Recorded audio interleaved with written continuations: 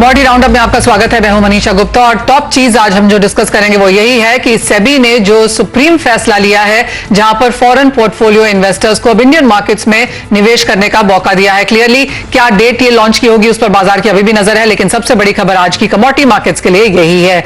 इसके अलावा क्रूड और बेस मेटल्स में भी हम करेंगे चर्चा, जहां पर गिरावट देखने को मिली है। सभी इकोनॉमिक डेटा, चाहे वो चाइना का पीएमआई नंबर हो, यूएस का जीडीपी हो, चाहे इसके अलावा यूरोप का मैन्युफैक्चरिंग नंबर्स हो, सभी यहां पर वीक आए हैं। उसका असर हमने यहां पर प्राइसेस में आता हुआ देखा है।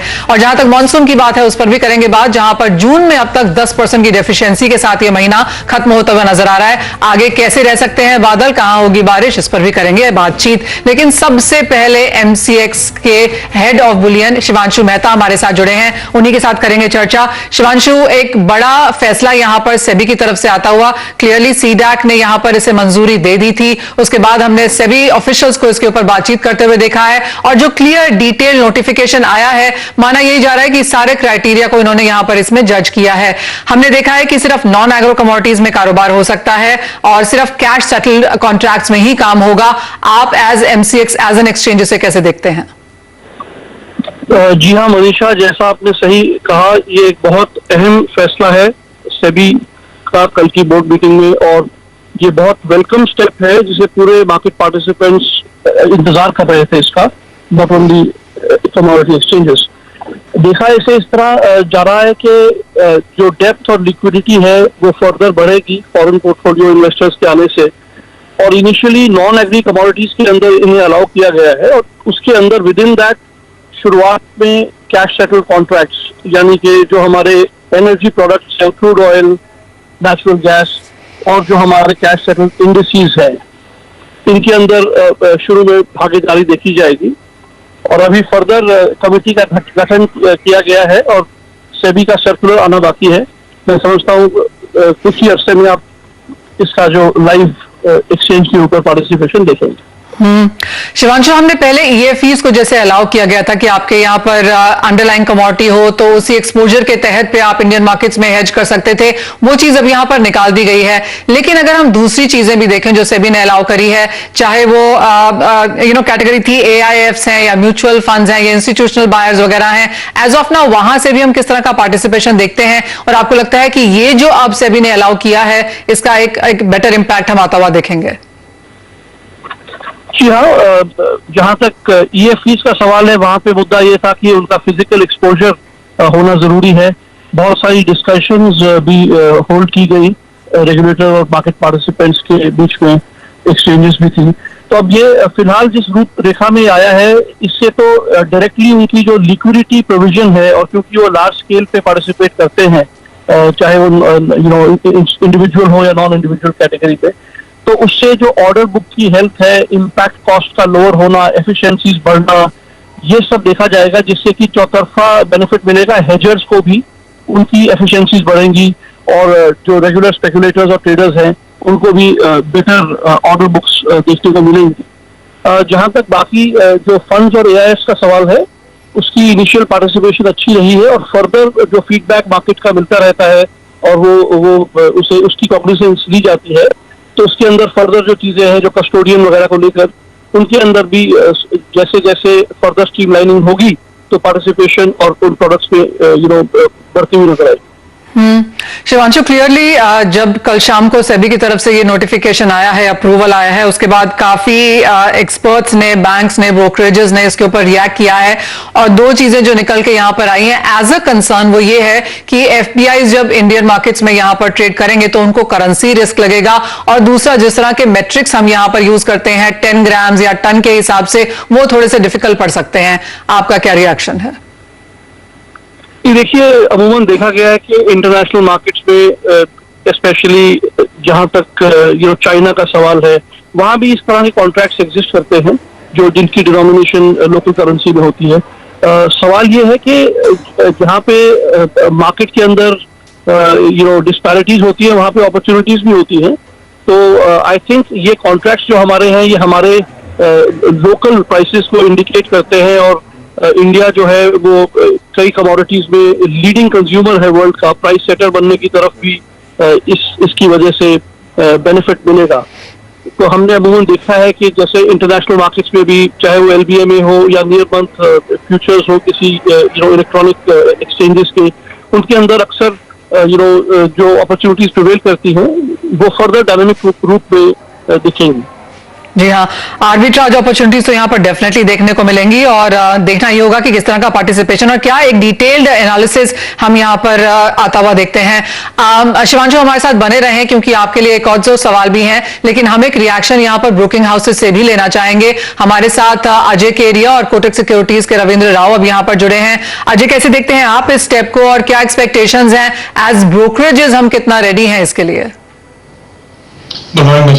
डेफिनेटली काफी बड़ा स्टेप है और हमने देखा जब से सेबी प्रीव्यू में है एज ए रेगुलेटर, इन्होंने कमोडिटी मार्केट के लिए काफी चीज की। हमने इंडेक्स भी लॉन्च होते हुए देखा, ऑप्शंस है, और उसी के साथ एफपीआई का जो एंट्री है वो काफी बड़ा रिलीफ देगा, क्योंकि जिस ढंग से हमने पिछले 6-8 महीनों में खास करके वॉल्यूम्स में जो ड्रॉप देखे हैं, एक नया पार्टिसिपेशन अगर ऐड होता है तो डेफिनेटली वॉल्यूम में काफी सपोर्ट मिलेगा। बट इससे पहले ग्राउंड रेडी करना बहुत इंपॉर्टेंट है, बिकॉज एज ऑफ नाउ अगर हम देखें तो अगर हम लोग कैश सेटल प्रोडक्ट की बात करें तो यहाँ पे थोड़ा सा इंप्रूवमेंट और करने की जरूरत है, क्योंकि खाली अभी अगर हम देखें तो एनर्जी बास्केट हमारे पास दिखाई दे रही है। नो डाउट इंडेक्स भी काफी अच्छे हैं, बट थोड़ी बहुत और डोमेस्टिक लिक्विडिटी पहले बढ़ाना इंपॉर्टेंट रहेगा। बट इन ऑल अगर हम बात करें तो डेफिनेटली जो पार्टिसिपेशन है, पहले हम देखते थे कि एफपीआई का ज्यादा करके इक्विटीज में ज्यादा रुझान रहता था, बट कहीं ना कहीं क्रॉसेस बढ़ेंगे यहाँ पे। करेंसी के अंदर भी हेजिंग के लिए अगर कमोडिटी है तो वहां पे भी वॉल्यूम गेनर मिलेगा। तो इन ऑल अगर हम बोले एक नया गेटवे बनेगा कमोडिटी मार्केट के लिए, और साइड में इसका बेनिफिट जो इक्विटी में ऑलरेडी है, तो हेजिंग के लिए चाहे इक्विटी से हम कमोडिटी में आए या करेंसी से भी कमोडिटी में आए, और आर्बिट्रेज अपॉर्चुनिटी तो डेफिनेटली बनती हुई दिखाई। तो ओवरऑल विन विन सिचुएशन रहेगी, बट इंपॉर्टेंट है अभी इंफ्रास्ट्रक्चर को थोड़ा सा और पुश करके वॉल्यूम और ओआई अगर सामने दिखता है तो एफपीआई के लिए भी विन विन सिचुएशन रहेगी और इंडियन मार्केट के लिए भी रहेगी। शिवांशु, आपको लगता है कि जो कैश सेटल कॉन्ट्रैक्ट्स हैं ये थोड़ा सा एक मुद्दा रह सकता है, क्योंकि कोशिश पीछे यही रही है कि सारे के सारे कंपलसरी डिलीवरी कॉन्ट्रैक्ट्स यहां पर लॉन्च करते हुए हमने देखे हैं। इनिशियल लेवल में कहा गया है कि कैश सेटल कॉन्ट्रैक्ट्स में पार्टिसिपेशन देखी जाएगी। बाकी जहां तक हमारे सभी कॉन्ट्रैक्ट्स का सवाल है, सभी लिक्विड हैं, सभी के अंदर हेजर्स और स्पेकुलेटर्स और ट्रेडर्स, आर्बिट्राजर्स सबकी पार्टिसिपेशन है। So I think platform product wise तो डेफिनेटली रेडी है। अब जहां तक रिस्क मैनेजमेंट फ्रेमवर्क वगैरह इशू होगा, फर्दर सर्कुलर्स आएंगे, तो आई थिंक सभी कॉन्ट्रैक्ट्स में सूनर और लेटर हमें उम्मीद है कि हम एफपीआई को आते हुए देखेंगे। शिवांशु, इवन एज हम यहाँ पर ग्लोबल मार्केट्स के लिए बाजार खोल रहे हैं, लेकिन दूसरी बात यह है कि इंडियन कंपनीज, इंडियन कॉर्पोरेट्स यहाँ पर ग्लोबल एक्सचेंजेस पे हेज करते हैं, वहां ट्रेड करते हैं। जिस तरह की आपकी बातचीत होती है, चाहे वो सीधा रेगुलेटर, क्या चीज है जो पुश करने की जरूरत है? आई थिंक ऐसा कहना नहीं हो। देखिए, कई कमोडिटीज ऐसी हैं जहाँ हमारे डोमेस्टिक कॉन्ट्रैक्ट्स में इनफैक्ट इंटरनेशनल एक्सपोजर जो कॉर्पोरेट्स का था, स्पेशली गोल्ड में, उसे आरबीआई की पॉलिसी के तहत उसे बहुत अच्छे से एब्जॉर्ब भी कर लिया है। वो सब कंपनीज यहाँ पे अब हेज करती हैं। यस, जहां तक कुछ और सेगमेंट्स का सवाल है जिनकी प्राइसिंग थोड़ी कॉम्प्लिकेटेड है, उन सेगमेंट्स में अभी कॉर्पोरेट्स का आना फर्दर हम देख रहे हैं। और जैसा कि म्यूचुअल फंड्स और एफपीआई के आने से देखा जाएगा, हो सकता है कि जो फर्दर लॉन्ग डेटेड मंथ हैं, फॉरवर्ड मंथ्स के अंदर भी लिक्विडिटी आएगी और जो सिचुएशन टू दी अदर, तो बेसिकली लिक्विडिटी और पार्टिसिपेशन और डेप्थ बढ़ने सभी को फायदा होगा।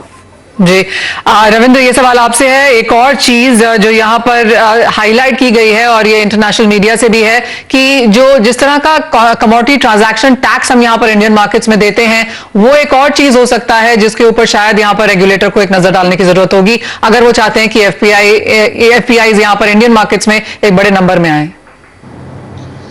बिल्कुल मनीषा, मेरे हिसाब से I think SEBI slowly and steadily taking steps, और एफपीआई के आने से I think the entire ecosystem will be complete, क्योंकि म्यूचुअल फंड्स और पीएमएस एंड जो AIF3 है, आई थिंक उनको तो ऑलरेडी अप्रूव कर दिया है। तो मेरे हिसाब से जैसे शिवांशु ने बताया कि इसमें लिक्विडिटी बढ़ेगी, फार डेटेड कॉन्ट्रैक्ट्स में भी हम अब हम लिक्विडिटीज में देख पाएंगे, जो कि I think which was very much necessary for a good participation. और हो सकता है कि लिक्विडिटी बढ़ने से, पार्टिसिपेशन बढ़ने से जो ओवरऑल ट्रांजैक्शन कॉस्ट है वो भी कम हो जाए। तो मेरे हिसाब से what you are telling is exactly correct. अगर ट्रांजैक्शन कॉस्ट अगर कम नहीं होता है तो फिर एफपीआईज का आना थोड़ा सा मुश्किल है, तो मेरे हिसाब से उसके ऊपर जरूर सोचना चाहिए।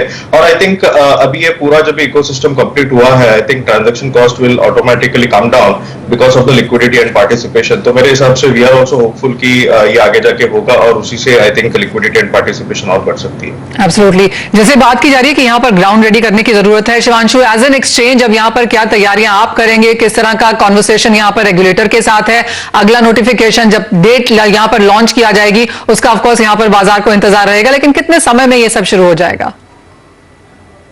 देखिए, अमूमन इसके बाद जो रिस्क मैनेजमेंट फ्रेमवर्क है वो आएगा। जैसा कि कमेटी की गठन के बारे में आप सबने सुना, तो जो सेबी का सर्कुलर आएगा उसके बाद बेसिकली प्रोडक्ट प्लेटफॉर्म तो ऑलरेडी रेडी है, उन लोगों की पार्टिसिपेशन इन्हीं प्रोडक्ट्स के अंदर आनी है। So I don't think beyond that कोई बहुत ज्यादा समय लगने की इसमें गुंजाइश है। जल्दी ही आप लोग इसे देख सकते हैं इम्प्लीमेंट होता हुआ। ऑलराइट, तो वो डेट का ऑफकोर्स वहां पर इंतजार रहेगा। बहुत शुक्रिया शिवांशु साथ जुड़ने के लिए और क्लियरली एक एक्सचेंज का पर्सपेक्टिव हमारे साथ यहां पर शेयर करने के लिए। इंडियन मार्केट्स के लिए काफी बड़ी न्यूज आती हुई, लेकिन जैसे बात की जा रही है कि अगले नोटिफिकेशन का, कमेटी की रिपोर्ट्स का इंतजार है, ग्राउंड वर्क यहां पर काफी सारा करना होगा, कौन से एक्सचेंजेस रादर कौन से कॉन्ट्रैक्ट्स हैं, कौन सी कमोडिटीज हैं जहां पर हम एफपीआईज का यहां पर निवेश होता हुआ देखेंगे। तो ऑफकोर्स एक अच्छी बड़ी खबर, इंडियन मार्केट्स को इसकी जरूरत भी थी, लेकिन कैसे इससे इस्तेमाल किया जाएगा, क्या कुछ यहां पर तैयारियां करने की जरूरत है, कितना समय यहां पर लगेगा, उस सबका फिलहाल यहां पर इंतजार है। लेकिन इसी के साथ रुकेंगे एक ब्रेक के लिए, जब लौटेंगे तो कमोडिटीज पर करेंगे चर्चा। कच्चे तेल में यहां पर गिरावट देखने को मिली है, वीक डेटा का असर हमने यहां पर मेटल्स में भी आता हुआ देखा, मॉनसून पर भी लेकर आएंगे लेटेस्ट खबर इस ब्रेक के बाद।